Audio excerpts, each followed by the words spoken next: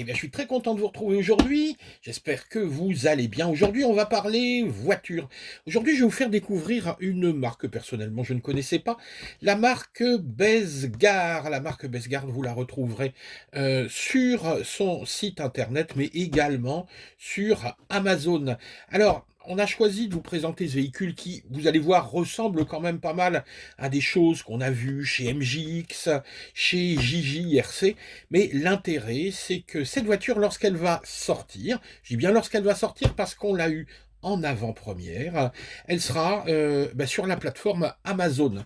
Donc on aura une vente avec notice en français, etc. Et surtout un service après-vente et des retours possibles Amazon, ce qui est quand même pas rien. Alors la marque Besgar a déjà sorti un certain nombre de hits, notamment la HP 161S et la 163S, qui étaient deux machines intéressantes. Et aujourd'hui, on va découvrir la HP 162S. Allez, on déballe ça. Allez, il est temps de déballer notre petite Besgar HP 162S qui arrive, vous voyez, dans un petit carton, hein, évidemment, ils nous envoient ça dans un carton. Le packaging, c'était juste un film plastique autour, donc le carton mange un petit peu, mais vous allez voir, hein, c'est bien emballé. Y a pas, on va pas regarder ce qu'il y a sur le carton, on s'en fout. Nous, ce qui nous intéresse, c'est ce qui est à l'intérieur. Allez, ouverture, hop, tac, tac, tac, tac. On va virer le carton. Alors, qu'est-ce qu'on a? Bon, la notice. Alors, la notice, je m'attarde 2 petites secondes sur cette notice parce que, étant donné que ce produit va être commercialisé en Europe et notamment sur la plateforme Amazon, on va se retrouver. Alors, attendez, est-ce que je vais le trouver?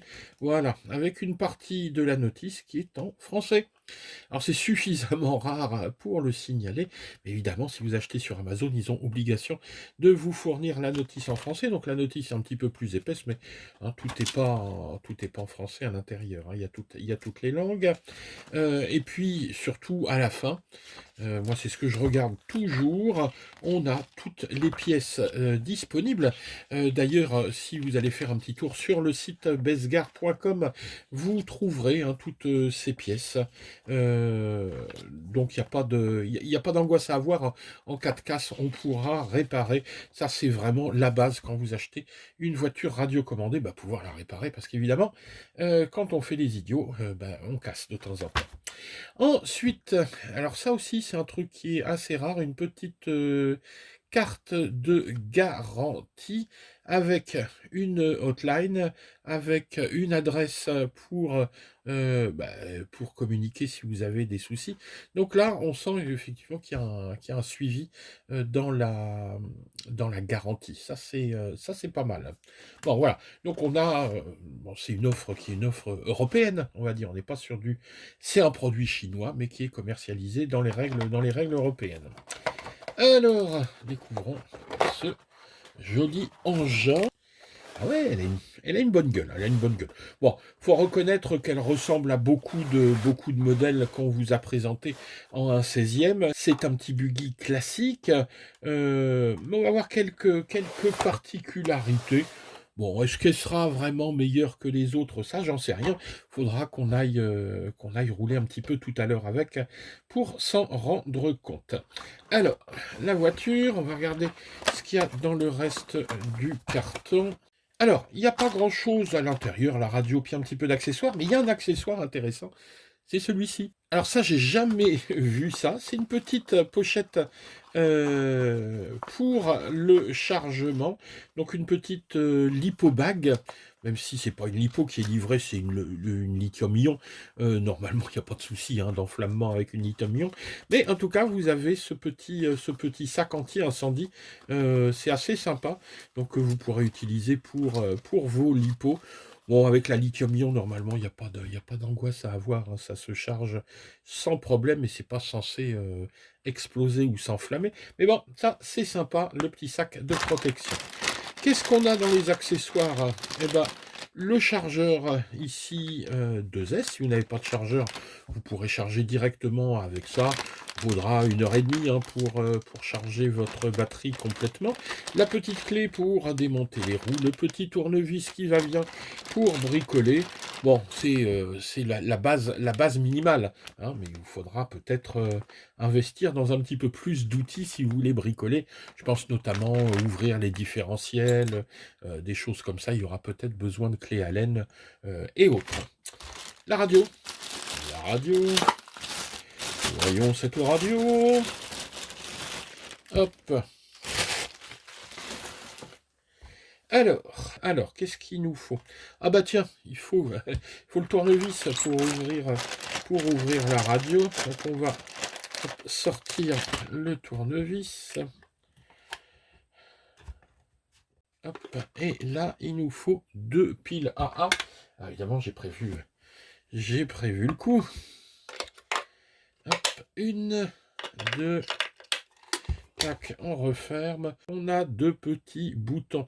Un trim pour la puissance et ici un trim pour la direction. Donc en fait, vous allez pouvoir régler votre neutre de la gâchette avec ça.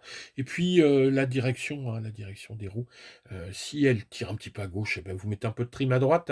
Si elle va un peu à droite, un petit peu de trim à gauche. Le volant, droite-gauche, la gâchette quand j'appuie, je vais en marche avant. Quand je pousse un coup, je freine, puis je vais en marche arrière. Voilà, donc une petite radio classique. Bon, voilà, hein, c'est ce qu'on trouve habituellement. Ben voilà, on a à peu près fait le tour des accessoires. On va pouvoir passer maintenant, hop, à la voiture. Alors la première chose, avant de regarder ce qu'il y a à l'intérieur, hein, c'est le premier test qu'on fait habituellement. C'est-à-dire qu'on met la voiture à 30 cm et on la lâche. Et là, qu'est-ce que vous avez vu? Ben, vous n'avez rien vu. Vous n'avez rien vu parce que la voiture, hop, elle n'a aucun rebond. Et pourquoi elle n'a pas de rebond? Ben parce qu'elle est équipée d'amortisseurs qui sont des amortisseurs à bain d'huile. Et ça, c'est vraiment le gros plus de cette voiture. Il y en a d'autres, hein. Mais ça, quand vous achetez un petit buggy entrée de gamme comme celui-ci, c'est indispensable, hein. Vraiment, les amortisseurs à bain d'huile, c'est quelque chose d'indispensable. Alors, quelques points sur cette voiture. Elle est donnée pour une vitesse de 37 km/h avec la radio hein, qui a une portée de 100 mètres à peu près. On vous donne une autonomie de 20 minutes. Elle fait 25 cm sur 20 cm sur 13 de haut. Regardez par rapport à ma main. Bon, c'est pas très gros, mais c'est suffisant déjà pour bien s'amuser. Le châssis, ici, est en plastique. Il y a pas mal de plastique, mais on verra aussi qu'il y a les cales en métal, des axes. Tous les axes sont métalliques. On a des cardans CVD. Bon, il y a de quoi... C'est de la bonne conception. Hop, allez, on retire les petites agrafes. Alors, parce que je l'avais déjà ouvert hein, pour regarder ce qu'il y avait à l'intérieur. Un petit point négatif sur cette carrosserie, les agrafes, elles sont chiantes à mettre, mais au possible. Donc pendant cet essai-là, je les ai retirées, mais je ne vais pas les remettre, hein. Faut trouver les trous, bref. Donc si vous avez de bons yeux, voilà, quand on a bien la lumière comme ça, on voit bien les trous, ça va aller. Mais si vous êtes un peu dans la pénombre, les agrafes sont difficiles à mettre. Je pense qu'il faudrait des agrafes un tout petit peu plus grandes. Si on peut en récupérer des plus grandes, ce serait bien. Un point également, la carrosserie. Regardez la carrosserie. Ça, c'est chouette. On a des protections. Alors ça, c'est super. Ça, c'est vraiment une bonne idée. Ça non plus, jamais vu. Une petite protection sur le toit. Ben, quand vous allez vous retourner, vous n'allez pas niquer votre carrosserie. On a une protection ici à l'arrière également, hein, du plastique. Donc là, ça va améliorer très nettement la durée de survie. C'est pas la durée de vie hein, sur un buggy, c'est la durée de survie de votre carrosserie. Hop, ah oui, à noter également hein, des petits phares à l'avant, ici, hein, un petit bandeau de LED. Hop, allez, on ouvre, clac, clac. et on va découvrir le matériel à l'intérieur. Alors comme je vous le disais, ici, les amortisseurs à bain d'huile. Alors ils sont vraiment ici, il y a vraiment de l'huile à l'intérieur de toute façon. On le sent bien quand on actionne ça. Donc ils sont déjà remplis d'huile. Parce que parfois, on vous met des amortisseurs à bain d'huile, mais il n'y a rien. Il n'y a rien à l'intérieur. Là, pas de souci. La transmission. La transmission, elle est entièrement métallique. Alors, je vous disais, on a des cardans CVD ici à l'avant, mais aussi à l'arrière. Donc, en général, on vous met des cardans CVD qu'à l'avant, hein. Là, il y a avant, arrière. On ne voit pas ici, parce qu'elle est protégée, tout est protégé. On est sur... Alors, je ne peux pas vous dire si on est sur du waterproof, parce que je sais que le cerveau, lui, il est waterproof, mais on est au moins sur du splashproof, c'est-à-dire qu'on va pouvoir rouler comme des dingues dans les flaques, dans la flotte et tout ça. Disons qu'on ne pourra pas rouler sous l'eau avec, hein, elle n'est pas dans une rivière, hein. C'est pas fait pour. Il y a des voitures qui sont faites pour, mais pas celle-là. Mais dans les flaques, etc., il n'y a aucun souci, tout est protégé, hein. Donc on a ici un pignon moteur métal, un pignon principal métal, un axe de transmission métal. On a deux diffs, un avant, un arrière, qui sont des différentiels en métal, etc. Donc toute la chaîne de transmission est métal, et puis bah, le reste c'est du plastique dur, ce qui parfois est presque mieux que du métal, hein. Ça se... Moi, honnêtement, les bras métalliques, ça m'intéresse pas parce que c'est lourd, et puis ça passe son temps à se vriller.